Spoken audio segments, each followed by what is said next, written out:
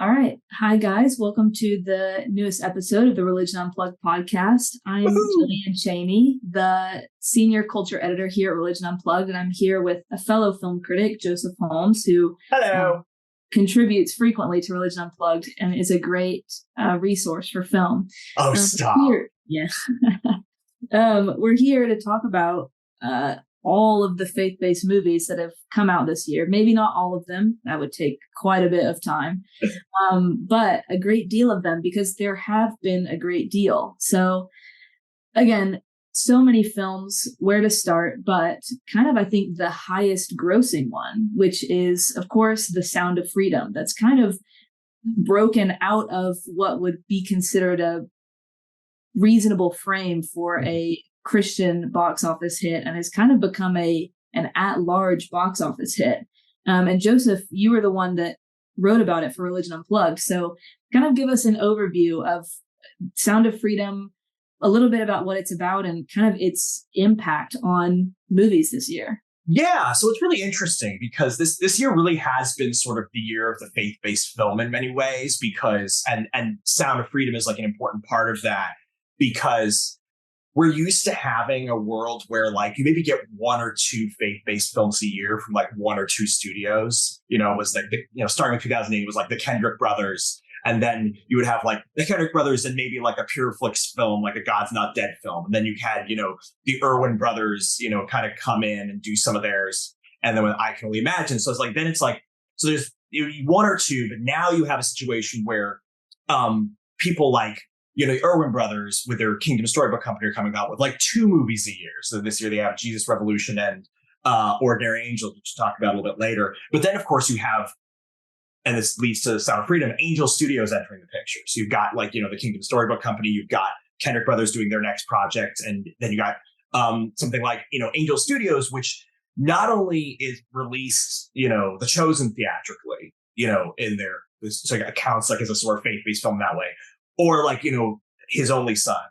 But they've, it's like His Only Son, which was an Abraham story, and they released, that was their first like faith-based film that they released theatrically as a theatrical release. And then like just a few months later, they come out with Sound of Freedom, like what you said, like breaks into the top charts, like beating out like I think it's like Indiana Jones 5, at the box office, which is an insane thing to have an independent, Mormon-owned, studio that started out as a way of, filtering out the cuss words in movies that, to making their own stuff, or at least in this case, distributing stuff. So Sound of Freedom is an anti-human trafficking sort of action film based on the accounts of Tim Ballard, I believe is his last name, who is head of Operation Underground Railroad, which is an anti-trafficking organization. It's about his story as he recounts it of quitting the CIA in order to full-time fight against global human trafficking. And it stars Jim Caviezel, who it's really interesting because he was Jesus in the movie that many people say launched the faith-based films, Passion of the Christ. And so now he is again, at the forefront of another movie that's really shaping the conversation around faith-based films. And that was a movie that the director behind Bella, who's another sort of faith-based film, he's a Hispanic filmmaker. I forget which part of the of that world he's from, but he's but yeah, and he did this film, and then it was supposedly going to be marketed other places like Disney or a place like that, or Fox, and then it ended up not going there, so it gets bought by Angel Studios. So this movie, and it went insane. Its level of success. Again, I don't have the numbers in front of me right now, but like, there were mainstream news outlets that didn't review the film, but then had to cover the story because it was, high up in the top 10 of the box office when they weren't expecting it to. And it really spoke to this growing sort of political sentiment about, human trafficking. Human trafficking has always been sort of a issue kind of in that people have talked about, but the conservative Christians have sort of like made it their own in recent years, sort of during the Trump years, and made it a cause that they are very particularly passionate about, and kind of making it part and parcel of sort of their politics. And so this movie kind of gave a face for that, and it was really heavily promoted in religious circles. This movie, as watching this movie is a way of fighting human trafficking. So like faith-based films have always sort of been part and parcel with watching this movie is about a cause, not just watching this movie. And part of that was due to the marketing, because they had they actually had it so that you could buy tickets for other people. This is where it sort of gets a little dicey, because many people are accusing the numbers of being inflated, because what they're reporting is the number of tickets sold, but not everybody who bought tickets went to it. Some people were buying tickets for other people, and some of those people didn't show up. And so it's kind of like, so there's this argument about, like, on the one hand, people are like, so it doesn't say how many people actually watch the movie, but it's also like, but does it matter if people are buying the tickets? From a box office perspective, that actually in some cases works better in the Christian faith-based space, because in the faith-based space, there's such a gap between the people who have money in the Christian space and the people who don't. And the people who like the buying habits of faith-based films tend to be Midwesterners who only go to see one movie a month. So if they can watch a movie that somebody else bought for them. So there's all sorts of stuff. So like on a cultural level, this movie is like changing the faith-based game so much. First of all, just being a new studio that's entering the mix as a player. It's, heavily emphasis on like galvanizing the political space as in a way that God's Not Dead did, but from kind of a different angle. And it's a new way of doing marketing, of saying, hey, you can buy this for somebody else. And of course, like, like everything else, because they're sort of pulling on the politics, not in a super toxic way, but just like, using it as part of marketing strategy, it's become really divisive, where it's like, I reviewed the movie kind of as you said, and I said, hey, cause great, movie, screenplay, not so much. Yeah. And of course, you look at the comments in there, I have never been told I was going to rot in hell so much in my entire life, which for me is entertaining. But like, it is just like, but on the other hand, you have people who are like, I hate this movie because I don't like the politics of one of its stars. And I'm like, okay, you're kind of embarrassing yourself with that take. So that's been kind of this place where it's like, okay, Sound of Freedom is a place where we're entering like unexpected territory in the faith-based kind of space. Yeah, I do. You brought up the comments, and I'm looking at your story now, which I've gotten similar comments on different stories that it's like, it is fun. It's funny a little bit. And I do want to read this one because I think it kind of speaks to the point, and it is hilarious. So the comment reads, this is a movie to raise awareness against child trafficking, not a movie to entertain. Ellipses, knock, not ellipses, knock, ellipses, hello, is your brain connected? And then 3 different smiley face emojis. So let's hope that your brain is connected. I think it's so really far. Yeah. I think it's really interesting that it's like this idea, like this is a movie to raise awareness, not a movie to entertain, when arguably the whole purpose of movies is to entertain. Not the whole purpose, no. But at least the primary purpose is to entertain. It's not a State of the Union address or a C-SPAN debate or a research paper or which are all things that are kind of just essentially for the question, and to raise awareness about things. And a movie, it's kind of first and foremost is to entertain, and then it can have any degree and any type of messaging connected along with it. But you saying that connected to the politics, both through its message and through its marketing, does kind of present that viewpoint. Like, you're not doing this to have a good time. You're doing this to raise money for a good cause. Like, it's kind of considered kind of a like missionary work, or like going to church, or something that has a good Christian value, as opposed to, I'm a Christian. I like consuming Christian content. I'm interested to see what this has to say. Like, I'm going to go do this because I would enjoy it. It's interesting. Yeah, no, it is. It is. I think, I mean, you make an excellent point. This is, I think, the best response to that is that if it's just to inform, why is it not a documentary? Why is it not a C-SPAN thing? And the reason is that I think you believe, even if your primary goal is to inform, that you believe that informing people is somehow more powerful as a piece of entertainment, for lack of a better word. And so when I argue that, well, it clearly wants to be a piece of entertainment and inform, and it's not doing so good on one of those aspects, but like you said, there is this aspect, and that does raise another aspect of this, which is that the movie has been accused of misinforming people on the realities of human trafficking. And again, some of that I think is overstated, because they're like, well, this movie, portrays a form of human trafficking which is less common than the other form. And therefore, it's like, well, okay, but it's still not therefore lying, but on the other hand, there are allegations like from within the organization that like some of this is made up. And so it comes like, okay, well, I don't know if those allegations are true, but if it is, then it raises questions about, should you be donating money to these organizations that are doing that? And so it does raise those questions. But it is, like you said, it is, that's a very specific thing about faith-based films. That's sort of always been a part of it, that going to this is about doing good in some way. And so kind of Angel Studios, like the Mormon brothers who are running this, kind of figured that out in a way that nobody else seems to have actually latched onto as well as them. Do you think that this is going to be like a model going forward in faith-based films? Well, I think the thing is that, so a couple things. I think that this has been the model for almost as long as faith-based films have existed.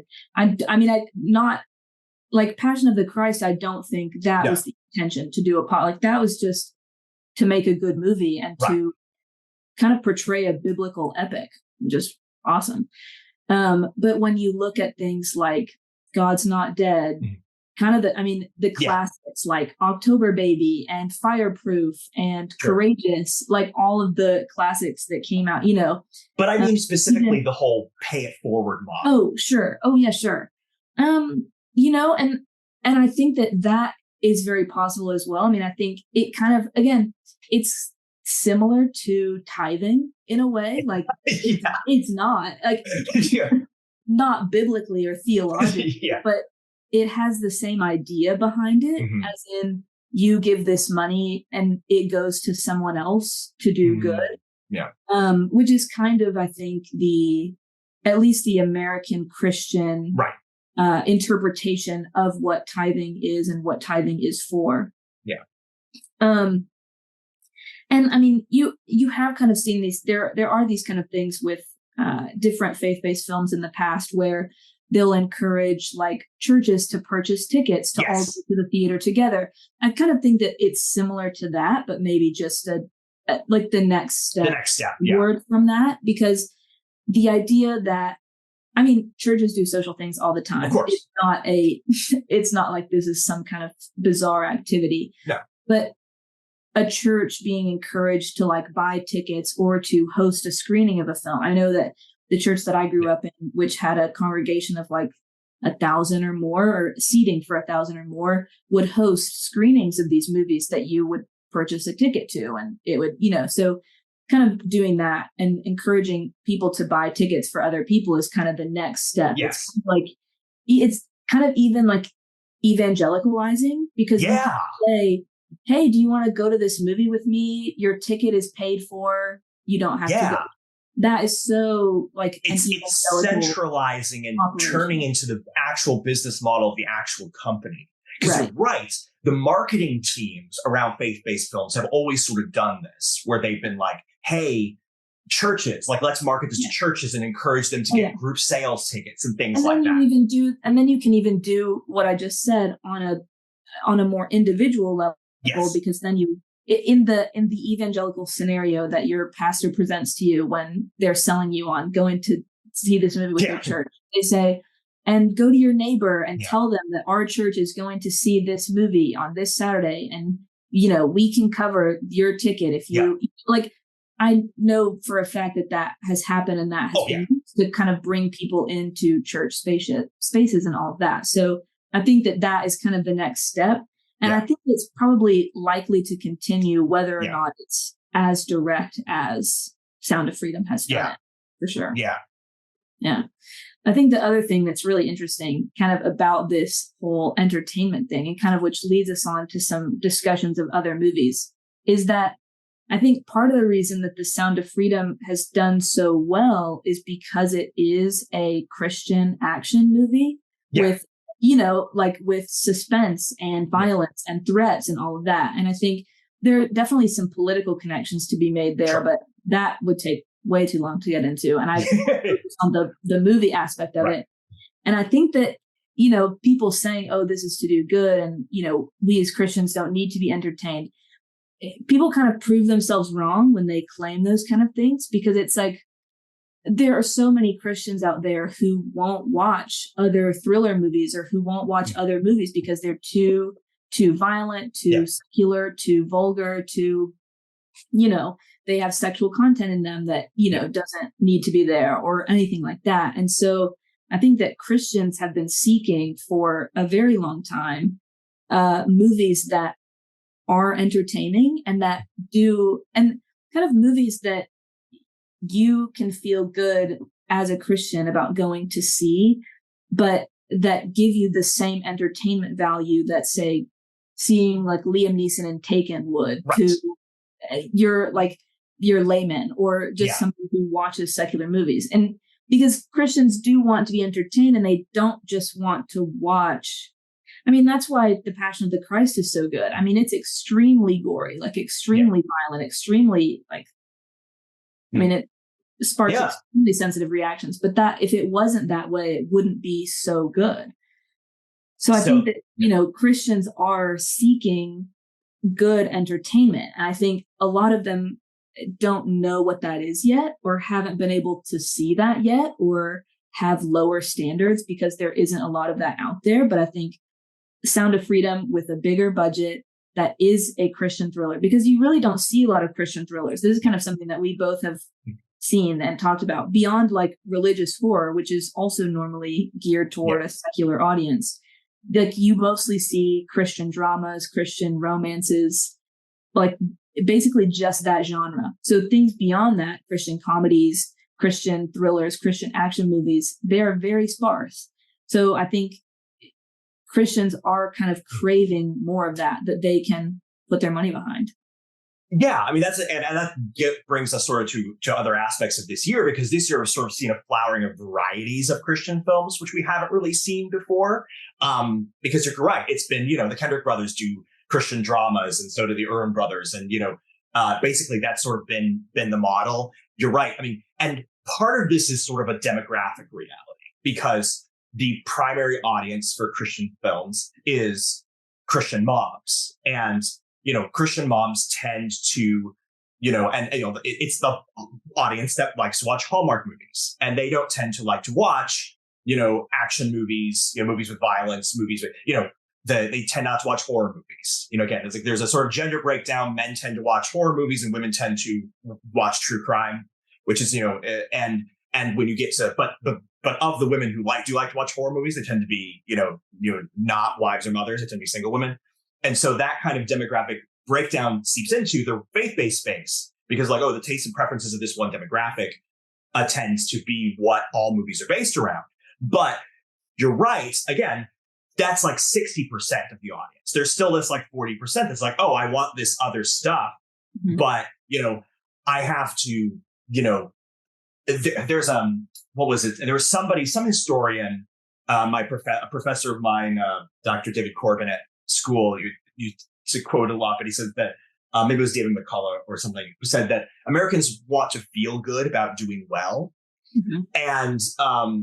And sort of with American Christians, one of the things is like they want to do what they enjoy or watch what they enjoy, but feel good about it. And there is this aspect of like, you know, they want to watch an action movie, but they want it to be one that also grows their virtue. And like most of the faith-based films are kind of about growing virtue in some way. And that's not a bad thing, but it does mean that there's always this tension of, I want this to be, again, like it goes back to, it's one of those things. It's the reason why so many blockbusters of the early 2000s, like Braveheart and Gladiator, they were used in like Christian men's conferences to talk about how do you unify spirituality with sort of masculinity, because there aren't a lot of movies that are like, appealing to sort of like the Christian dad kind of archetype. It's like, oh, I want to like have whatever that masculinity kind of feels like and looks like, but also unify it with my religiosity. There's not a lot of movies that sort of do that. But we are seeing now, again, a growing number of them experiment with it. And so like Sound of Freedom is kind of trying to do the Christian action movie, in a sense, the faith-based action movie. And they do it by saying, but it's a good cause, so you can feel good about it. Just like,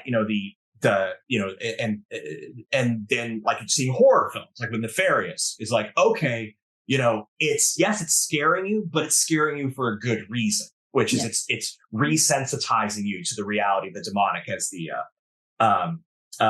screenwriters, directors said it. I don't know if you want to go to that next, since we have a natural segue to that. Sure. Yeah, absolutely. Yeah. I love horror, and I could talk about religious horror all day. So if you want to talk about Nefarious, and then I think we can talk about some of the other, because there's kind of constantly a stream of religious horror coming out. It's just on that spectrum where most of it is it's secular audience, because that's kind of a universal thing. So Nefarious in that way was very different. Yes, so that's the interesting thing, because like most horror, again, it's like horror tends to be watched by young people, disproportionately young people, and disproportionately male. Again, it's not universal like that, but it tends to be that way. And the faith-based film industry tends to be, disproportionately older and disproportionately female. And so it's kind of like one of those never the twain shall meet kind of like demographic problems. So yes, that's right. Most horror films, even when it's religious, again, like the Conjuring franchise, makes all the money. And it's particularly the ones with the leads, what are they called? The Warrens are like super religious. They're constantly talking about Jesus and invoking him and in real religious fashion, like invoking his name and his protection against the evil. And most like The Devil Made Me Do It one is like so like traditional Christian kind of like values, where it's like, even down to, the bad guy is a priest that stopped adhering to his religious faith. It's like all of these things are like, man, this is like textbook like Christian narrative stuff, but most Christians aren't going to watch it because it's horror. So come down to the creators of God's Not Dead, Gary Coleman and Chuck Konzelman. They actually made this horror film about this guy, this skeptic psychiatrist who has to talk to an inmate on death row to determine if he's insane and can therefore be executed. But he claims he has a demon, and so he has to, and so it becomes this sort of Screw Tape Letters-esque conversation between the two of them, where the man who claims he's demon possessed, has to kind of cat and mouse with a psychiatrist, and therefore you get to explore all these religious themes. I really liked the film. I thought it was again, it wasn't perfect, there's some parts of the last act of the film becomes, and now we need to start preaching. And I was like, oh, you were doing so good up until that point. It really has this vibe of like an old 1970s horror film, which it's kind of like the ethos was really trying to disturb the comfortable modern person who doesn't really believe that evil exists. Sort of like, Rosemary's Baby, The Omen, Exorcist, or Halloween even. It's like, okay, the modern world is not set up to confront evil because we kind of just try to make it all everything relative and stuff like that. And so their thing of using this to try to disturb us into resensitizing us is actually for me very effective. It's when they start saying, okay, now we have to sell a book and preach a message here that it starts to get weaker. Yeah. But what's interesting about it, as you point out, because we have this demographic sort of breakdown, they really did primarily market it initially to non-faith-based audiences. But they did because one of the producers works at the Blaze, so with the Glenn Beck's outlet. Mm-hmm. Another group that's actually starting to get into the faith-based film space, which is really interesting.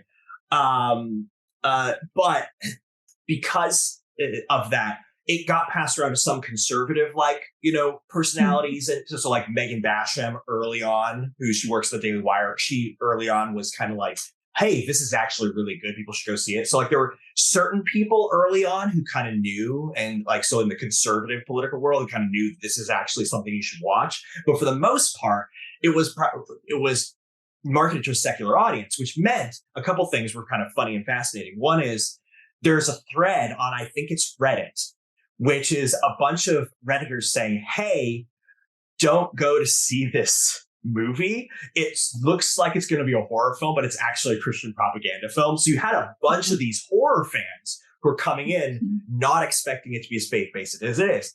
And then on the other hand, and then this is I did an interview with the creators of this movie that you can watch. It's an earlier episode of the podcast. And so a lot of what I'm talking about here, I'm getting from them and the conversation we had. So you should check it out. But is that the second aspect of this, the faith-based audience came later. So the movie had two legs. It had its initial secular leg as a low-budget horror film and made a respectable amount of money for like a movie like that.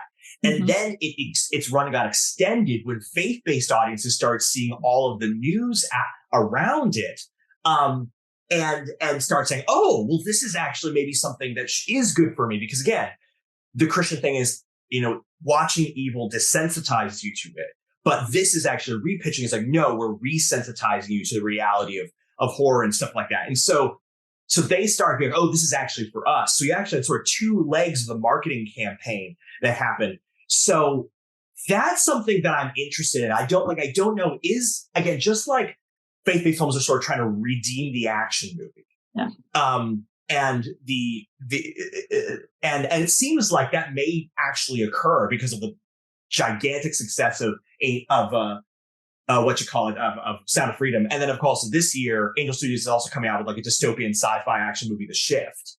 And so like that may actually happen. You may get the redemption of the action movie in faith-based space. But faith-based horror, again, it's had this so long, and because again, Angel Studios has figured out their model for doing this. Yeah. But this, like, what do you see? Do you see a similar kind of cultural shift that might happen around horror films with this movie, and a similar thing with marketing? Or do you see like it just seems too well ingrained and the success was not quite as big with this, and so it's less likely to have that lasting impact? Yeah, it's really interesting to think about. And you mentioned these kind of classic horror movies, and that's something I'm really interested in. Because there's a sequel actually to The Exorcist coming out on October 6th, which I'm really excited about, and I'm curious to see what that's like and what they do with it. Because I mean, The Exorcist is one, like The Exorcist in my mind. I don't know how true culturally this is, but The Exorcist in my mind is up there in terms of faith-based films with like The Passion of the Christ. Like, Catholics everywhere love that movie. Like, they love The Exorcist because it honestly is a very classic Christian film. I mean, it's really well made, and it's obviously has an audience far beyond Christians. But ultimately, that movie is about the battle between good and evil, and good wins. Like, God wins at the end of that movie, which is everything that every Christian movie can hope to do. And it's just a really awesome movie to boot. And so I'm curious to see, because I mean, and you do see the same thing essentially with the Conjuring movies, but not in such the way that The Exorcist does it is just very cut and dry, like very, no extra pandering, no extra anything like that. And I think that's kind of where its magic comes from. And so, I mean, you do see that in a lot of paranormal, supernatural, religious horror is, the priest does the exorcist, even though people die along the way and all of that. And good ultimately wins. And so, but that doesn't necessarily, there's something about the original Exorcist that makes it special. But yeah, so I'm curious to see if this sequel, for example, is as much, in tune with faith, and kind of specifically with Catholicism as the original Exorcist was, or if it's more something along the lines of The Nun or The Conjuring or, The Pope's Exorcist, which also came out this year, if it's one of those types. And I just don't know. I mean, I personally am of the mind that a movie doesn't have to be specifically faith-based or marketed to a faith-based community for it to have value to me as a person of faith or a person of faith. And I know that you feel the same way, but a lot of the people that we write to don't feel the same way, which is kind of just a difference of opinion that I hope that people would reconsider, and that I kind of hope that the movies I write about would get people to reconsider. But I don't know how likely it is that change will happen. So it's interesting. So one of the interesting things about it is fascinating, like you said. Again, is the Exorcist model, like the Exorcist genre, seems like, again, it should be, tailor-made for a faith-based audience. And the thing is, I know people who are like deeply committed Christians and deeply believe in, the demonic as an ordinary part of life. And that in a sense is one of the difficulties with that genre, because doctors are not the biggest fan of doctor shows, and lawyers are not the biggest fan of lawyer shows. People who are like really into something in real life are the most likely to have a problem sort of when it's portrayed on screen. So for example, one of the things that's often brought up is in the original Exorcist, as good as it is, as you're absolutely right. It does end with the human being saying, "Satan, take me." In a sense, God fails, but human self-sacrifice, allowing the demon possess him, is what wins in the end. And that, for people who are in Protestant Pentecostal circles, it's sort of known as deliverance ministry, and in Catholic circles, it's known as sort of exorcism.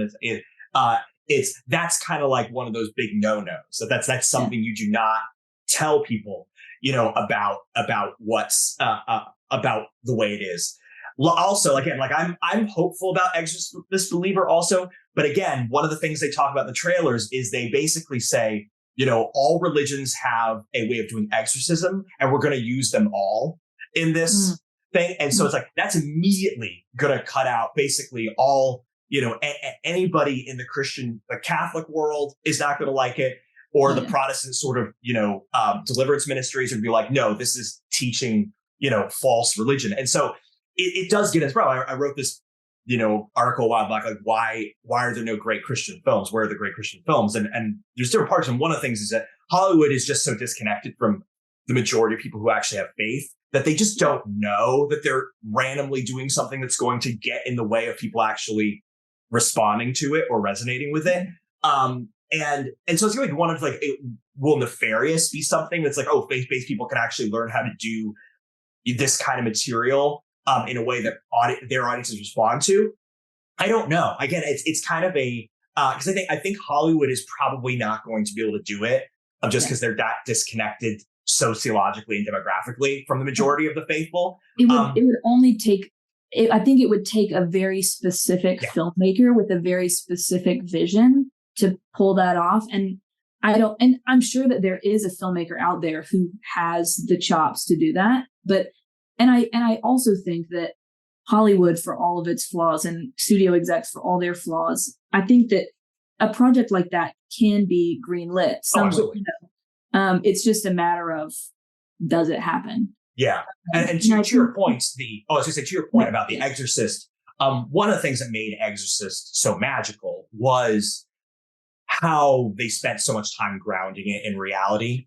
I mean, again, it's like 2/3 of it are, and again, it's part of that same magic of like at the time Jaws and Star Wars we're all about, we live in a disenchanted world.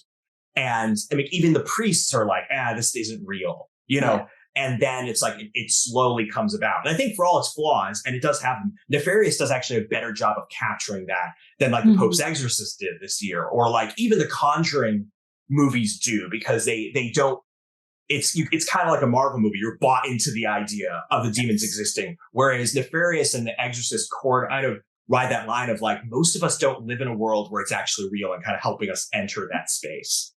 Absolutely. Yeah, that is the last point I was going to make about religious horror, is that I think one of the key differences is that religious horror geared toward a secular audience or a horror fan audience is going to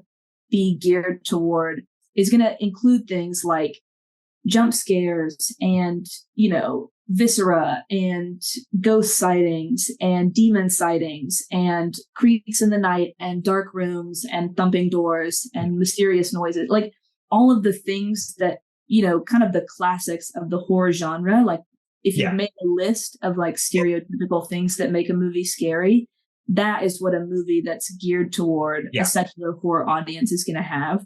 Whereas I feel like, things like you said, The Exorcist, there are certainly those moments, the medical horror, the spinning around of the head, the vomiting, gross stuff and scary stuff. But that is very much a supplement to the storyline as opposed to, and I think honestly, one of the problems with modern horror in general is that it gets cheap because it relies on jump scares and, and the scary technical stuff. Yeah, but the best, actually still like the best modern horrors, like all the ones that are getting acclaimed, like, Hereditary or Midsummer, or even like this year's like Talk to Me, or what was it? Are all about the horror is a metaphor for like a real human problem. And so that's that's what horror is all about, is, or what it should be about anyway. So I think that kind of all of those things are tied in together, and it's a difficult genre because I think it's difficult even outside of the Christian sphere. And then, with Christians who, as we've talked about, don't, want to feel good about what they're doing and want to increase their virtue. It doesn't, a horror movie a lot of times does not make you feel as though you've increased your virtue.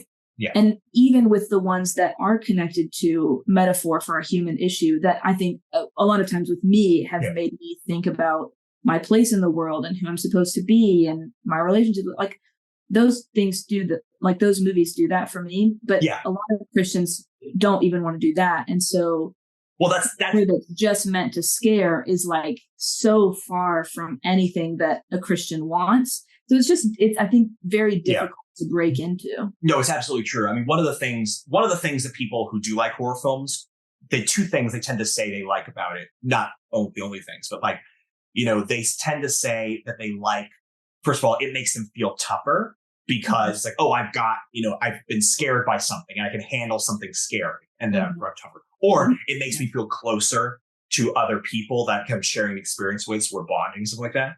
The first of those, in many Christian circles, is sort of antithetical to the way they feel, because it's like, I shouldn't be growing tougher. I should be growing more dependent on Jesus. Right. There's something that growing tougher is a little too close to the Christian warning against like hardening your heart or self-sufficiency or things like that. And so there are virtues connected with it, but they're ones that sort of are unpopular in Christian circles. Anyway, so. Yeah. So it's very interesting. And I would like to see it. I love horror movies. And so I would love to see ones that like explore faith better. With horror, there are just so many metaphors for, So what do you think? Again, do you think it will happen? Do you think this year is going to be the start of that? Or at least like, oh, somebody saw what Nefarious did, and it's like, okay, that will open up the doors for some other Christian filmmaker to say, oh yeah, I'd like to pitch this. You can give me money for it. Do you think that that's something that will happen? Or do you think that this is kind of a drop in the bucket? It's gonna, I think frankly, Nefarious, probably didn't have a big enough impact to be that catalyst. It could have, because again, kind of like I said, I really believe that all it takes is like the right filmmaker to get in touch with the right people to get the project greenlit for it to happen. I don't believe that religious horror is like some kind of white whale that doesn't exist. It's just a matter of like, who's going to do it right and where's the project going to come from. And I really don't think that something like Nefarious is going to be the catalyst for that. I think Nefarious could be the catalyst for a handful of other low budget religious horror movies that come out over the next 2 to 5 years, 3 to 5 Sure. years. Yeah. Um, No, I think it will you know, make space for somebody else to maybe create a catalyst. yes. But yeah, Yeah, this one probably won't be. absolutely. You're right. Yeah, absolutely. So, Cool. yeah. All right. What's the next movie on our docket? So this is a little bit of an underground one. This is a movie that I wrote about this year that talking about horror made me think about it, because it's not horror, but it was a little bit, it's a little bit Southern Gothic horror, if you will. A movie called The Starling Girl. Ah, yes. Yeah, which I love. I mean, one of the best movies I've seen this year. I cried just insanely hard watching it. I think it's so interesting. And so this was a movie that wasn't it's in traditionally part of the faith-based industry space, but it was heavily, religious. Yeah. Absolutely not. Yeah. So that's kind of getting away from specifically faith-based films as well. And it's a little bit of a detour, but I just had to bring it up because I love it. And I think talk about it. Yeah. Watched by more people. So it's a coming of age story. It's set in rural Kentucky in a fundamentalist small Christian church. The protagonist is a 17-year-old girl named Jem Starling.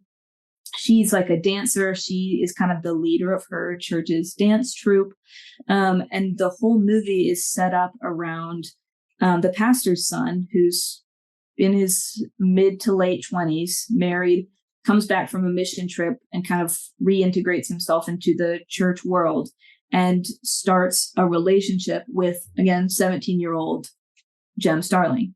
And so it is, so it's kind of in many ways, it's like a very classic, not even classic on stage or on screen, but a very classic in terms of narrative and the stories that so many young girls and young women have of grooming, of kind of having a crush on someone but being way out of your depth and having that person take advantage of you and being trapped and wanting freedom and kind of, in terms of like an abusive relationship and in terms of just being a teenage girl and figuring your life out and all of that. But it's set in this very specific church that contributes so much to the abuse, the control, the fear of the whole situation, because you kind of have these two sides of, her part of it is like, she kind of has a crush on this older guy at first, but of course he's the one that's in the wrong for like making something of it and doing, cheating on his wife and sleeping with a teenager and just the way that he treats her and all of that. And so from just as a woman, you're like, get out of that relationship, please. But then you have the church community that she's a part of. That's like the kind of one of the starting shots of the movie is that she's like doing a dance with her, church for a church potluck after.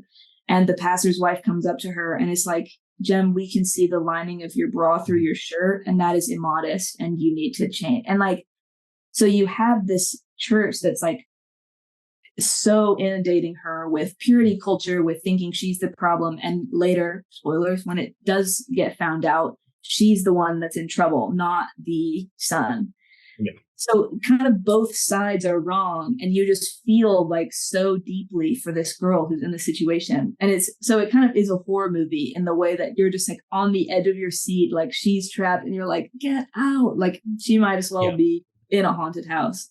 And it's just a really good movie. And I think it's kind of something that, in talking about the popularity of religion in movies, I think this is a really interesting one. Again, unfortunately, I don't think it got the views to be any kind of catalyst, but I think it's a really special movie because I think, and it talks about religion and, kind of deconstructing your faith, but still holding on to it and all of that. And so I think it's a really interesting catalyst, not a catalyst, but I think it's a really interesting touch point in terms of people making movies about religion, because again, this was not a religious audience, not for a religious audience. The director herself wasn't even religious. She just was traveling and ran into a group of women on a church trip and talked to them for a while and was like, this is so fascinating. I need to make a movie about this. But it's just so, I mean, it's so raw and so real. And I think it kind of speaks to, at least in one sense, the ways in which filmmakers, whether secular or religious, are more comfortable talking about religion now than ever. So I'm curious if you kind of have any examples of that, or if you've, Yeah. Yeah, I think it's really interesting because you make a really excellent point. So like you have the one side that we've been talking about a while. We'll go back to that, but that there's the people in the faith-based industry who are making movies for Christian audiences, Christians making movies for Christian audiences. And then you have regular secular filmmakers who, like you said, are more and more explicitly dealing with religion. Like you talked about the Starling Girl. I mean, obviously this year was also Are You There, God? It's Me, Margaret. You also have, which again, like I think I probably liked it better than you did. For me, it was like my best movie I saw this year. I absolutely, I didn't think it was going to happen because it was like, coming of age story of a 12-year-old girl, but it's like, still talking about, adolescent, kind of drama, but with a connection to God and transcendent, and doing that in such a kind of like vulnerable and non-judgmental way. I really loved, but again, it's still a secular marketed movie. Yeah. And then we talked about before the show, Barbie is a movie that's all about, kind of doing a subversive version of the creation narrative where, Greta Gerwig is very explicit about this, about how she's saying like, look, the creation narrative, like Adam is created first and Eve is created to be his helper, however egalitarian or patriarchal you want to look at that. Sort of like, but she inverts. It's like, Barbie is created first. She's the model. And then Ken is created to be her helper. And there's, sin that enters paradise and how she interprets that. I think to a certain degree, the reason for this is, I think people are getting more comfortable with it. Certainly I've seen it a lot more, and a lot more people willing to talk about it in a nuanced way, particularly. Yeah. And I think part of it goes back to a G.K. Chesterton quote, which I'm going to paraphrase because it's an extended one. And also I haven't read it in a long time. But he says that basically the best person to talk about religion is somebody who's in it or really far away from it. Yeah. Because, the person who's like just burned by, it was like they're rebelling against their religious parents, is like the worst person to talk about religion, because they're not really talking about religion, they're talking about their parents, But a person who's like, actually like a Christian and is talking about their faith, or somebody who's kind of looking at it from a distance, like, this is interesting, let me explore it, are better ways of talking about it. And I think we're sort of reaching a point in our society where we're having enough distance from religion in some ways that people can actually talk about it. Like, again, like the director of The Starling Girl, who can say like, oh, this is interesting. I want to explore it as an aspect of our shared humanity, and not do it with exactly an axe to grind. Now, obviously, she comes from her point of view. She comes from her perspective, but she's not coming at it from an angle of, F you, dad. Right. Which is where a lot of the kind of like the early 2000s, the kind of 90s, like portrayals of religion in popular media were that kind of helped launch the faith-based film and reaction to it kind of were doing. It is, you also mentioned the aspect of, of box office and stuff like that. I definitely think we're going to see a lot more, Barbie's way of kind of talking about religion as a metaphor that I think we are going to get Starling Girl. The part of the reality is that neither Christian nor secular audiences have appetites for movies about abuse against women in those like intimate ways. I mean, Barbie is like the closest you can get. Like, it's anti-patriarchy, but it doesn't specifically talk about abuse in a specific way. But it's like, A Promising Young Woman did not do super well financially. It did well in terms of the Oscars, but it didn't, but it's like, and, I could go, like, what was it? She Said last year. It's like the people who most relate to that story, it mostly don't want to see it portrayed on screen. Yeah. And so I think you're right. It's not going to be a model going forward in terms of like, but it is still, those are still conversations worth having. And I think that, interestingly enough, Barbie is probably going to be the model that people go to talk about those things going forward, because it's like, okay, we're doing it as a popular movie that's still kind of kind of an adventure story of a way, a quest story, and these are smaller elements of it. But again, that's always been the trick with indie films that are kind of like, they're always going to get a smaller audience, but they are still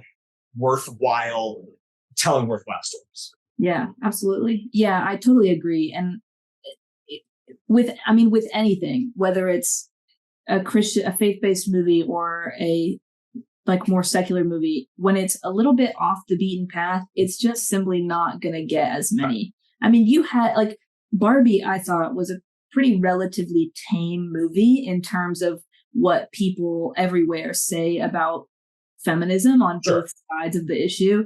But you again had people on both sides of the issue being like, this was disgusting, this was terrible, like I can't believe. And I was like, oh, I thought that was just, But so, I mean, you kind of get that. Yeah. It was polarizing enough just being sort of a mainstream film.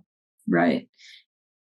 And I think the other thing, I like the Chesterton quote that you brought up, about talking about religion being inside of it or far outside of it. And I think not to edit the words of a master, but I think there's a third component to this in the modern world, which is that we are getting these kind of highly specialized stories that aren't necessarily saying like, burn the institution down, I hate my parents, I hate the church, but are telling a kind of just personal story. I think The Starling Girl is one example of that. Another movie that I saw this year at the Tribeca Film Festival is The Miracle Club, which is a very, universal but highly personalized story about 4 women in small town Ireland who make the trip to Lourdes to visit make a pilgrimage to the waters of Lourdes. And kind of at its heart, the director kind of says it's about these women, but it's about his mother and the people in his village that he grew up with who went to Lourdes hoping for a miracle and all of that, just that kind of very highly, that movie is a great example of Irish Catholic faith. Like it's a very, very personalized story. And I think that's kind of a great thing. I mean, The Starling is a great example of Christian fundamentalism in the South, like, for a 17-year-old girl and her family. So I think that this is part of why indie filmmaking is awesome and why the fact that there are more movies being paid now than ever I think that's all part of it.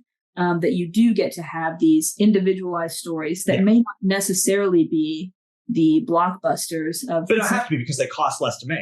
Right. Exactly. The Miracle Club filmed in 21 days. Like that's, but I think that's part of it is you get these individualized stories that talk about faith from different perspectives. Sometimes in a way that criticizes it, sometimes in a way that lifts it up, sometimes in a way that just kind of presents it how it is. And I think that that's a really cool and interesting thing that is happening.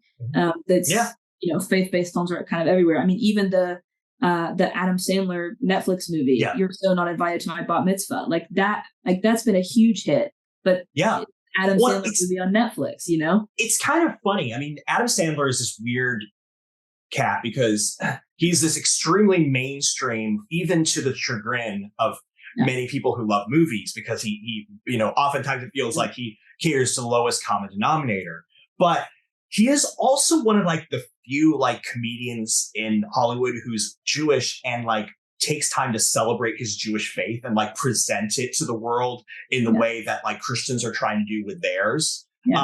So again, from the not Kwanzaa, excuse me. Wow, I'm a horrible person. The Hanukkah song, to 8 Crazy Nights, being there have been jokes being made of we have hundreds of Christmas movies. We don't have any Hanukkah movies except for Adam Sandler's 8 Crazy Nights, which also has animals defecating in it. It's and so, You're So Not Invited to My Bat Mitzvah is an example of that. It does a really great job of doing Jewish faith representation, and not just Jewish culture representation, but them actually wrestling with God and a personal relationship with God and a corporate relationship with God in an explicit way. That again, I talked to some of my Jewish friends about. I was like, okay, like how accurate is this? And they're like, yeah, this is accurate. Again, again, sometimes in an uncomfortable way.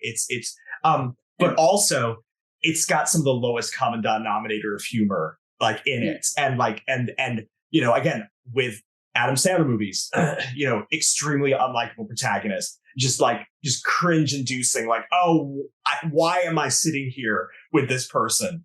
But again, like you said, one of the biggest stories this year of faith-based film, so people will take away anything, is the explosion of variety. Yeah. And like the fact that you have surprisingly one of the few like explicit like Jewish faith-based films of this year coming out that's like in the top 10 on Netflix, is a part of that. Mm-hmm.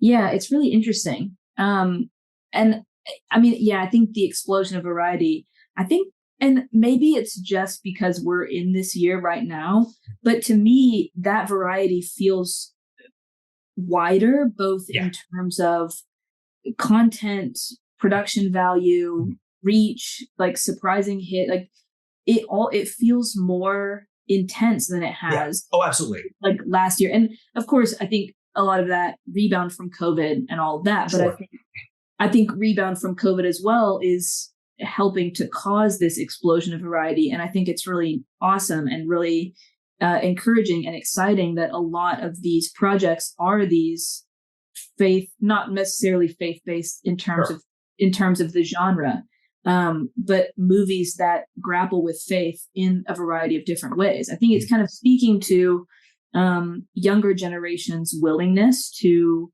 engage with faith in a way that is non-traditional. In going back to that mean comment said against you, how some Christians who have been engaging with faith-based films forever aren't looking to be entertained. They just want to have a Christian cause. I think maybe the opposite is true of a lot of, Gen Zers. Yeah. And some, like, just kind of the younger is that people they're away from the church, not wanting to be in that structured religion, but are not so much in the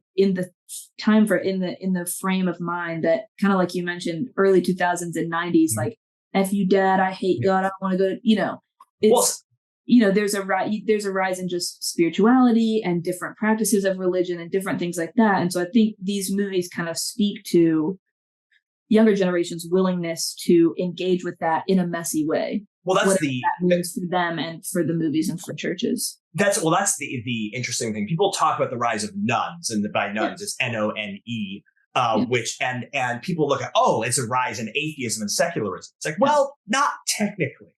Yeah. Technically, most of the people who describe themselves as nuns, what that means is they still believe in God. Most of them still believe in God, and what they don't do is identify with any religious group.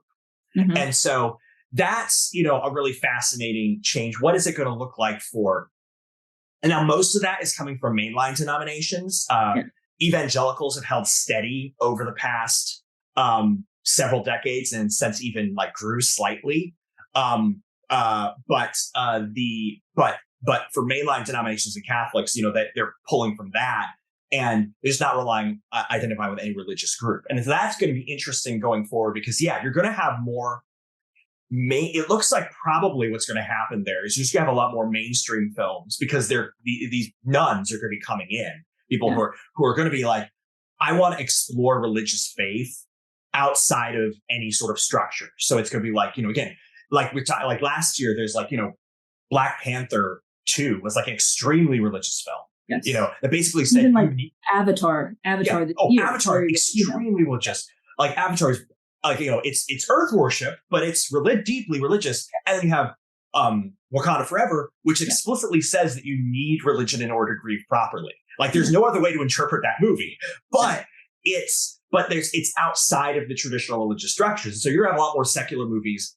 And this year, James Gunn just like did it in Guardians 3, said, the way that you heal yourself for feeling like you're a mistake is to believe that even the people who made you, your parents, they were being guided by, hands guiding them. It's like, again, so we're probably going to have more religious stuff in secular films, but it's not going to be with any religious structure.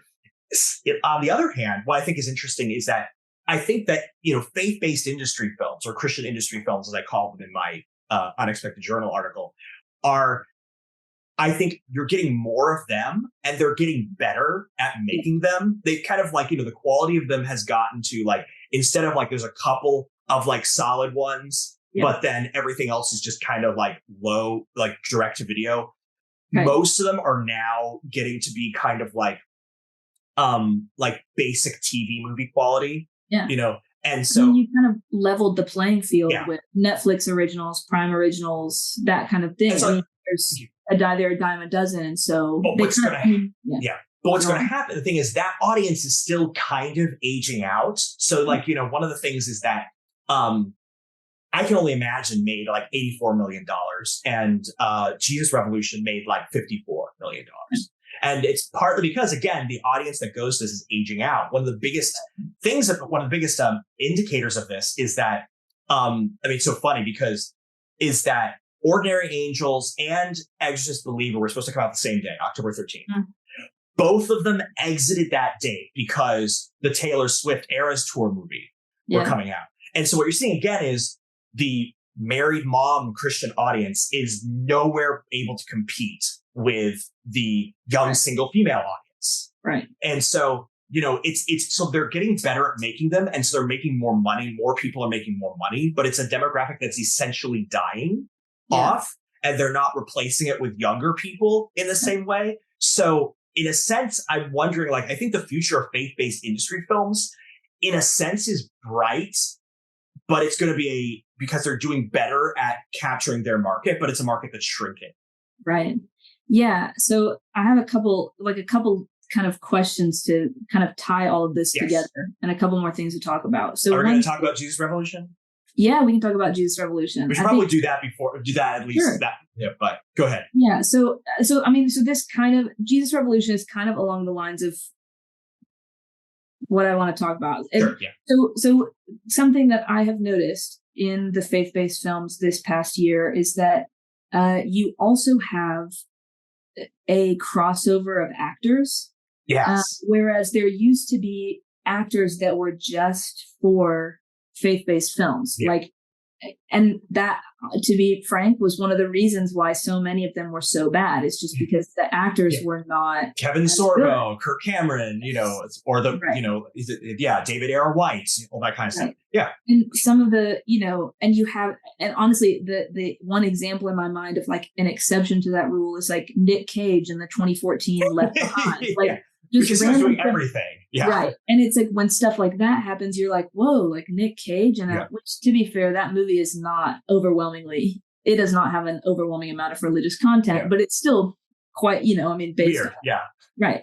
But I think something that's happening more is, On a Wing and a Prayer has Dennis Quaid in it, which Dennis Quaid is not the best example because he's not a stranger to faith-based films. He's kind of becoming the dad of faith-based film movies. Right. I Can Only Imagine and On a Wing and a Prayer. And he's kind of building that thing, but he's an actor known beyond those faith, and even the movie that you wrote about last month, Dreamin' Wild, with Casey Affleck in it. You've got.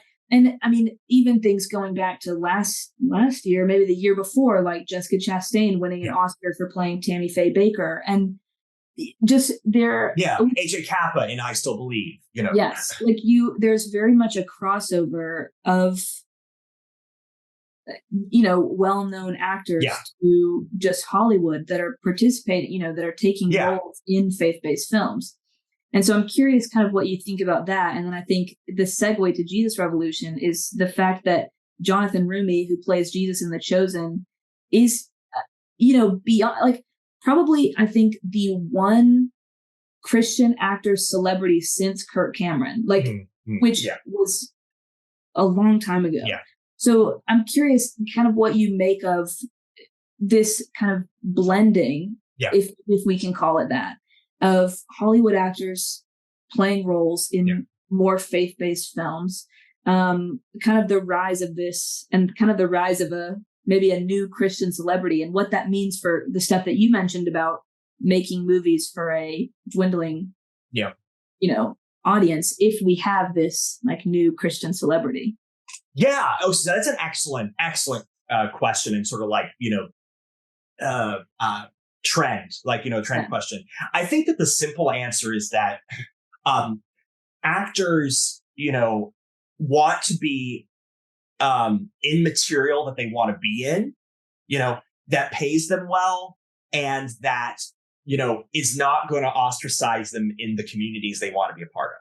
Yeah. And faith-based films for a while, made all three of those things difficult. Again, they were bad screenplays. They were, intentionally divisive in the case of like something like God's Not Dead. And the rhetoric around it was largely like, hey, like we're going to stick it to Hollywood and things like that. And then the third was like, yeah, it's something that like they'd be embarrassed to tell their friends they're doing. And once, like and I kind of give I credit Irwin Brothers for this, like with their stuff, like with Mom's Night Out, I Can Only Imagine, I Still Live. It's like, because they're the ones who they created scripts which were, again, they aren't masterpieces, but they're basically decent like dramas. And it's like, Dennis they're decent script dramas. Just like, it's not light years worse than what Dennis Quaid did in The Rookie, which is like a straight up drama. It's like when he played like an abusive dad in I Can Only Imagine, like, it's like, that was a decent script, and also, again, it's not a story that's offensive to anybody. It's like, yeah, it's about, so it has religion in it, but it's still just about, father and son learning to forgive each other. And so he wouldn't feel bad about being in it, and he wouldn't be embarrassed to like tell his friends about it. And again, it's also like they made enough money at that point, they could pay them decently well. So Dennis Quaid, it's like, yeah, it pays well, it's a good script, and I can still be with my friends in Hollywood, and they're not going to be like, what are you doing being in that? So that's the kind of place like your Irwin Brothers have kind of taken the faith-based industry to a place where that's more common. For all that to happen. So like, Kelsey Grammer, he's already also kind of like a little bit more conservative, and a little bit, everyone knows he's kind of religious anyway.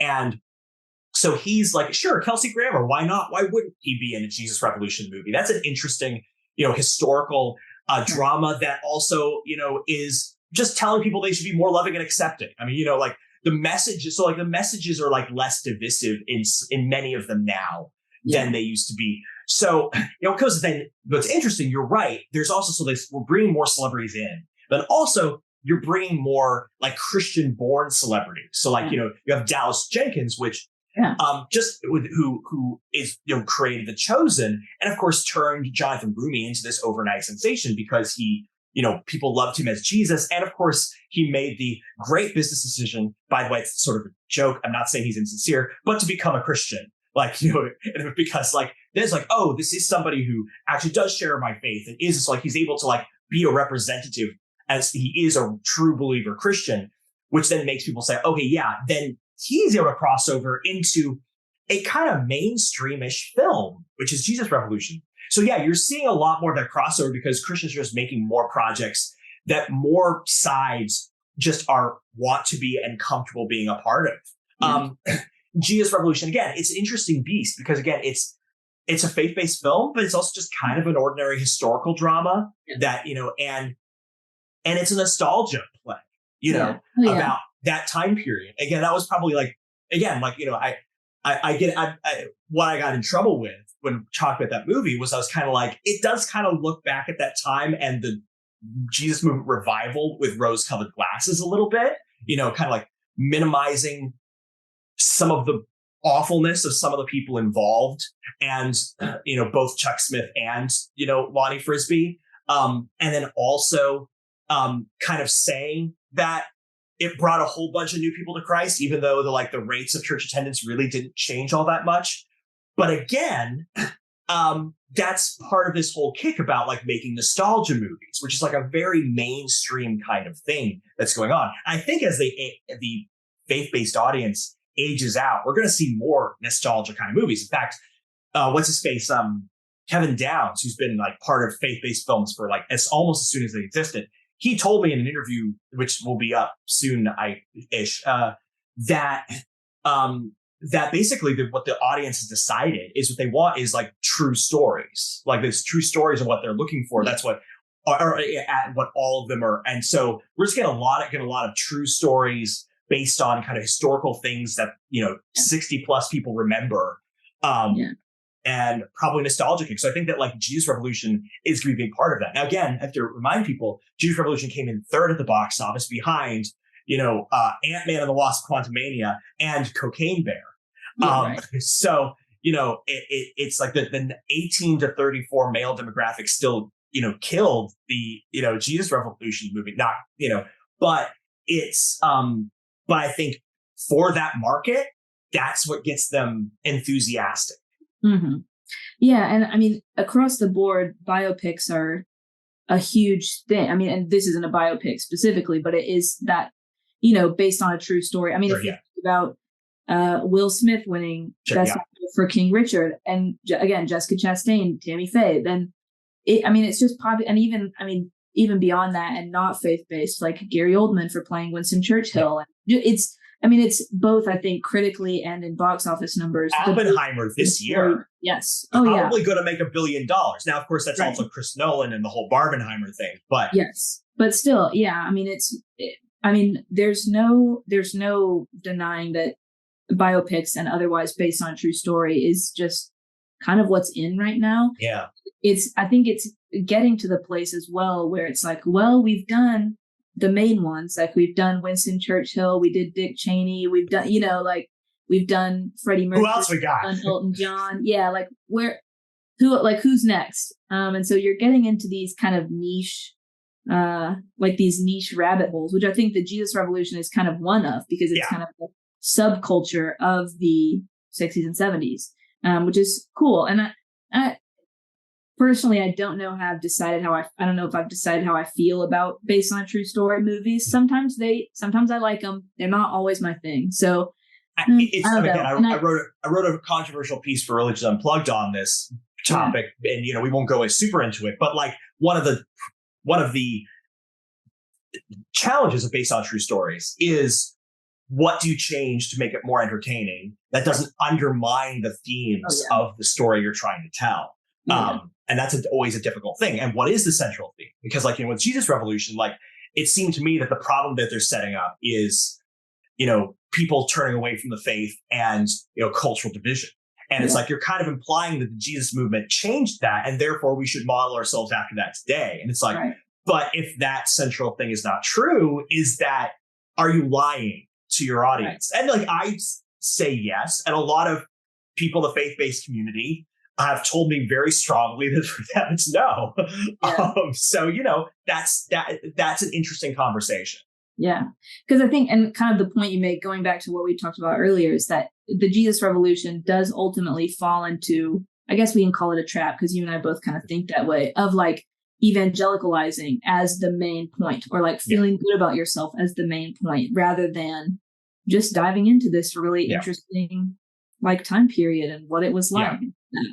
You're supposed to do something with it. It's supposed to have a message. It's supposed to have a call to action. And again, I think that's fine. I think that for me, I'm fascinated by the fact that we're combining religiosity and entertainment in this market in a way that's, I don't know if it's unprecedented or not, at least, but I think it is interesting. And I'm interested to see where it goes. I don't think it's necessarily entirely negative, but it is then you better be sure that you're telling the truth in your call to action. Because otherwise there's whenever you're merging institutions, whether it's religion or politics or religion and faith or things like that, it's kind of okay, those two powerful forces, are they going to, when they're used badly, it just becomes exponentially worse. And so those are questions worth asking. Yeah, absolutely. But it's also, again, with the Jesus Revolution, it's notable that it was number 3 at the box office. Yeah. Still, that's impressive for the weekend. Yeah, it really is. Now, to be behind Cocaine Bear and Ant-Man and the Wasp, that's impressive. That Sound of Freedom being in, I think it's in the top 10 of the whole year. That's impressive. That is. And so, kind of to wrap up the discussion about this year of Christian movies, at least so far, mostly, I guess, spring and summer, and then what's coming in the future. It seems to me like there is a little bit more of a blend in different ways, and it's definitely not a coherent blend. I don't think it's an intentional blend. I don't think anybody is behind this at all. But I mean, we have except Jesus. Except Jesus. Amen.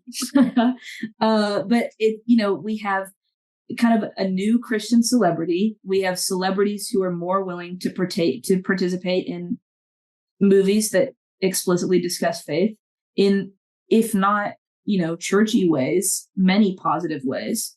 You have faith-based films that are charting high in the box office, which is notable. If not, I mean, it might not be record-setting for this year, but it's still notable that among the top films of the year are Christian films.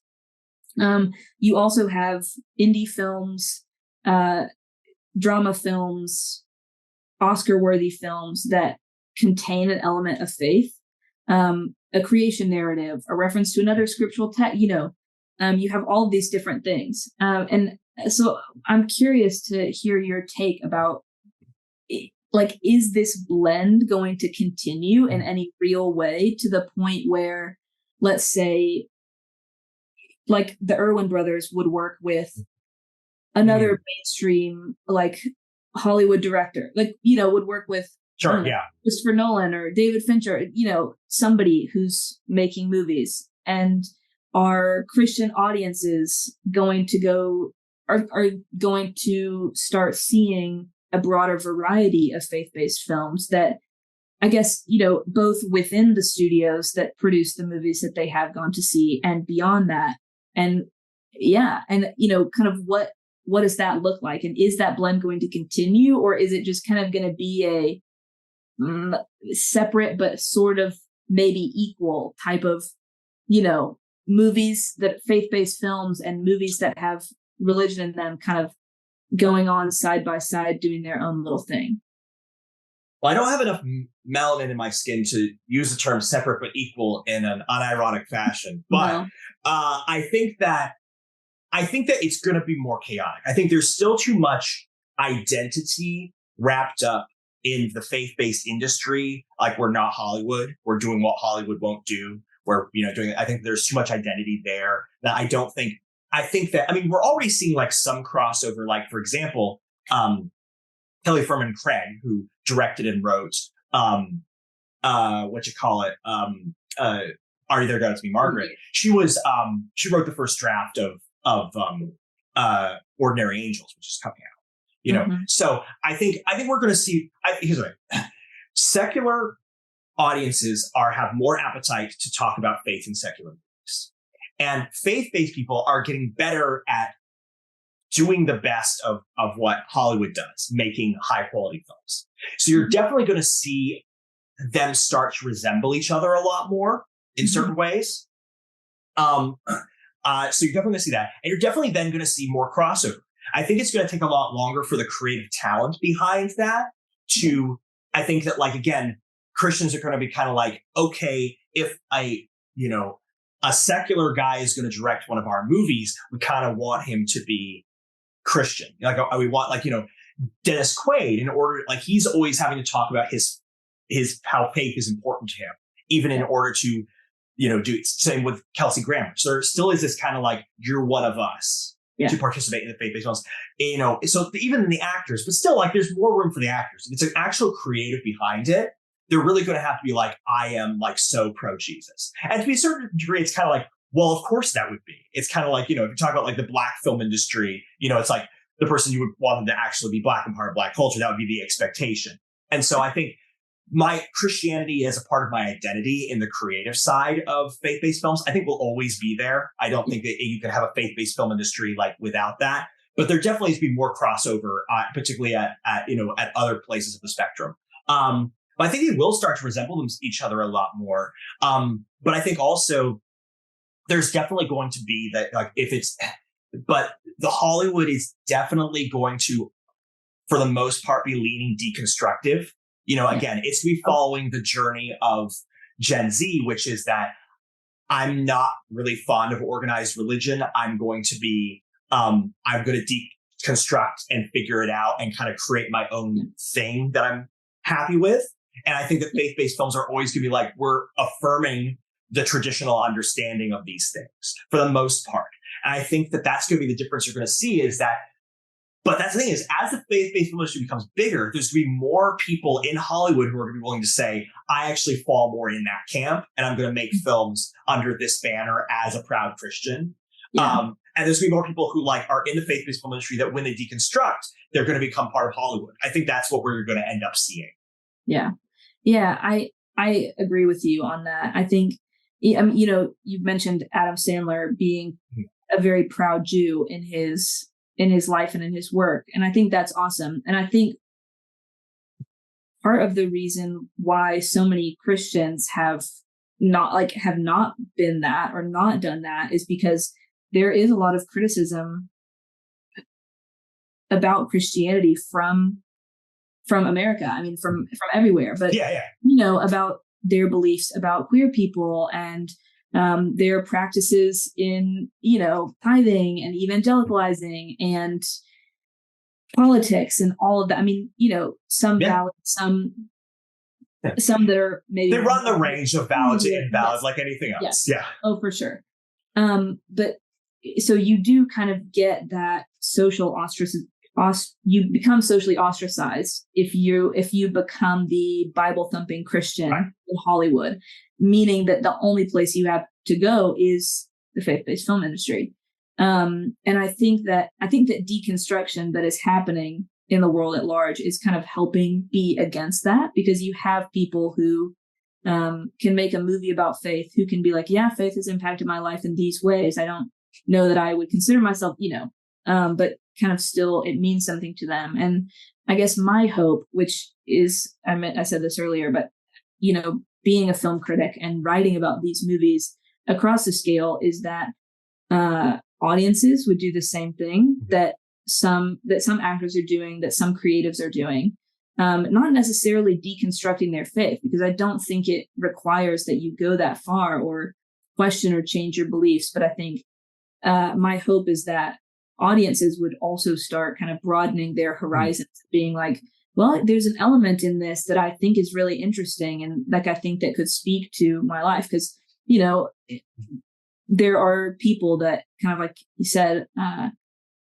that believe that art is the best way to pass along a message. I don't know if it's the best, but I believe it's one of the best ways. And so I hope I hope that continues, to be sure. Yeah. No, more voices and being part of more conversations is almost always better. Yeah. And so being open to that is a great thing. And I hope that happens as well on both sides. I hope that Christians are more open to watching, things that deal with religion in a way that's critical of it, or at least complicated. And I hope that secular people are more willing to watch movies that take a positive spin on faith, and as I think that they are. I think that people are, and that's a really good and positive thing. Yeah. Yeah, absolutely. Awesome. I'm excited. Yeah, I'm excited. I guess The Exorcist is first in the upcoming one. Yes. There are multiples. Yeah, so. For preview audience, there's Ordinary Angels. Yeah. The Antonio Banderas nativity musical. Journey to Bethlehem. I'm so excited. Okay, why is it taking this long for somebody to decide that we should do the nativity story as a Christmas musical? I don't know, because when I saw that, I was like, no way this hasn't been done before. Right. But it hasn't. Yeah. So I'm excited about that. As awesome as the concept sounds. And then you have obviously The Shift, which is the next Angel Studios dystopian sci-fi multiverse story that comes out in December or January, something like that. So you've got what other ones am I forgetting? I think those are the main ones. There's so many. Yeah, those are the main ones though. So, but so excited. Yeah, exciting. Yeah. Well, you guys can find out what we think of them right here at Religion Unplugged. We will talk about all of them. Yeah, so you can find mine and Joseph's and many of our other great writers' work on these movies and so many more, and TV shows and plays and movies and books on Religion Unplugged. And then stay tuned for more of our stuff on movies and TV. We're excited, so we hope you're excited too. You too. All right. All right. It was great to talk to you, Joseph. Thanks so much. Thank you. You as well.